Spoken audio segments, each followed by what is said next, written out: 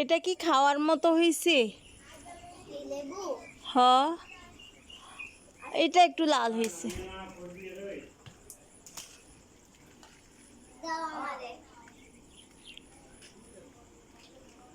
নাও জুতা নিয়ে আসো। এই যে তোমার জুতো, পরবা আস্তে সাবধানে।